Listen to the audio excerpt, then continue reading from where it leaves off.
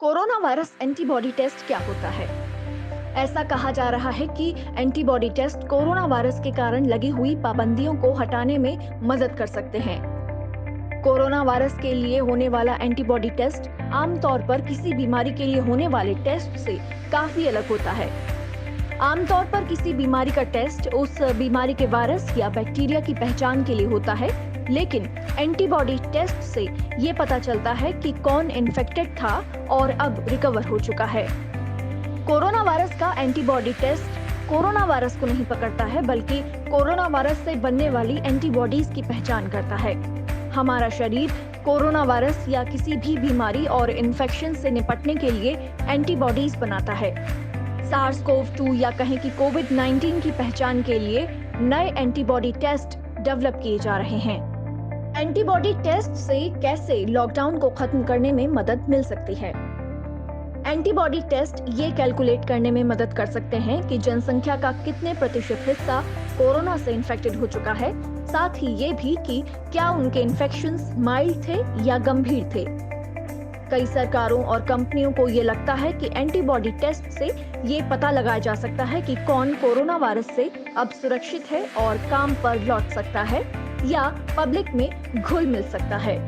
साथ ही ये भी पता लगाया जा सकता है कि क्या सभी इलाकों से एक साथ घर पर रहने के आदेश हटाना सुरक्षित है या फिर इन्फेक्शन के रिस्क के आधार पर स्टेप बाय स्टेप तरीके से कोविड-19 के लिए लगे लॉकडाउन की या स्टे एट होम की पाबंदियां हटाई जाएं। जिन लोगों में एंटीबॉडी टेस्ट नेगेटिव होगा या कहें कि जिनमें कोरोना वायरस की एंटीबॉडी लेवल बहुत कम होगा, उन्हें कोरोना वायरस का हाई रिस्क हो सकता है, जबकि जिन लोगों में अधिक एंटीबॉडीज होंगी उन्हें कोरोना का खतरा कम होगा। कोरोना वायरस की एंटीबॉडीज एक व्यक्ति से दूसरे व्यक्ति में अलग तरीके से काम करती हैं। टोरंटो के सिनाई हेल्थ सिस्टम के चीफ माइक्रोबायोलॉजिस्ट टोनी मजूली कहते हैं कि अगर कोई व्यक्ति कोविड-19 से ठीक हो गया है तो इसका मतलब उनके इम्यून सिस्टम ने ठीक से काम किया। लेकिन दो प्रश्न फिर भी बने रहेंगे। पहला ये कि क्या वो एंटीबॉडीज फिर से इन्फेक्शन ना होने देने के लिए काफी हैं, और दूसरा ये कि वो एंटीबॉडीज उसके शरीर में कितनी देर तक बनी रहेंगी। एंटीबॉडी टेस्ट दो तरीके के होते हैं। एंटीबॉडी टेस्ट में दो तरह की एंटीबॉडीज की पहचान होती है, इम्यूनोग्लोबुलिन M जिसे IgM कहा जाता है और इम्यूनोग्लोबुलिन G जिसे IgG कहा जाता है। हमारा शरीर किसी इन्फेक्शन के रिस्पॉन्स में पहले IgM बनाता है, जबकि IgG धीरे धीरे बनता है और देर तक शरीर में रहता है। इसी इम्यूनोग्लोबुलिन G से कोरोना वायरस की संभावित इम्यूनिटी की पहचान हो सकती है। कोरोना वायरस की इम्यूनिटी के लिए इम्यूनोग्लोबुलिन G की पहचान जरूरी होती है। इसके लिए भी दो तरह के टेस्ट हो रहे हैं, रैपिड टेस्ट और एलिसा टेस्ट। कुछ कंपनियां उंगली में सुई चुभाकर लिए जाने वाला ब्लड टेस्ट डेवलप कर रही हैं, जिनके रिजल्ट्स कुछ मिनटों में मिल जाते हैं।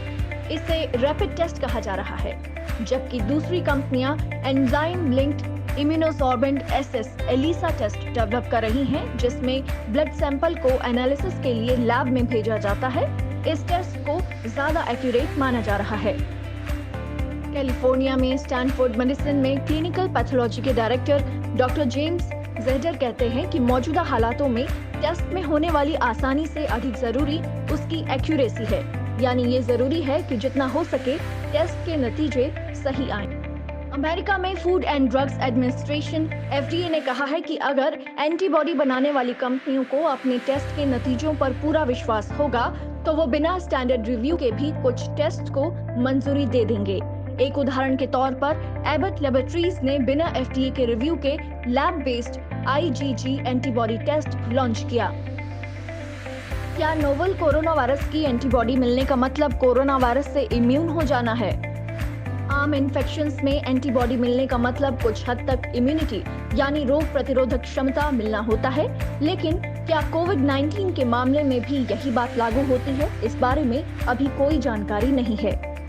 कैलिफोर्निया की बायो अमेरिका कंपनी ने कोरोना वायरस के रैपिड टेस्ट किट्स को US के बाहर बेचना भी शुरू कर दिया है, लेकिन इस कंपनी के CEO जैक ईरानी कहते हैं, अगर किसी में एंटीबॉडी है तो इसका मतलब ये नहीं कि उसे कोरोना वायरस नहीं होगा। जैक कहते हैं कि हमारे ये टेस्ट बताते हैं कि आपको कोविड-19 हुआ था और अब आपका शरीर एंटीबॉडी बना रहा है।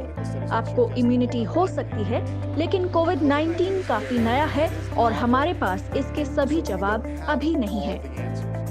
कोरोना से पहले इन्फेक्टेड हुए लोगों में कोरोना वायरस के प्रति कितनी इम्यूनिटी स्ट्रांग होनी चाहिए, या फिर कोरोना वायरस से पहले प्रभावित हुए लोग कितनी देर तक कोरोना वायरस से इम्यून रह सकते हैं, इस बारे में अभी फिलहाल कोई स्पष्ट जानकारी नहीं है। मीजल्स जैसी कुछ बीमारियों में इम्यूनिटी ताउम्र रहती है, जबकि कुछ दूसरी बीमारियों में कुछ समय बाद इम्यूनिटी खत्म हो जाती है।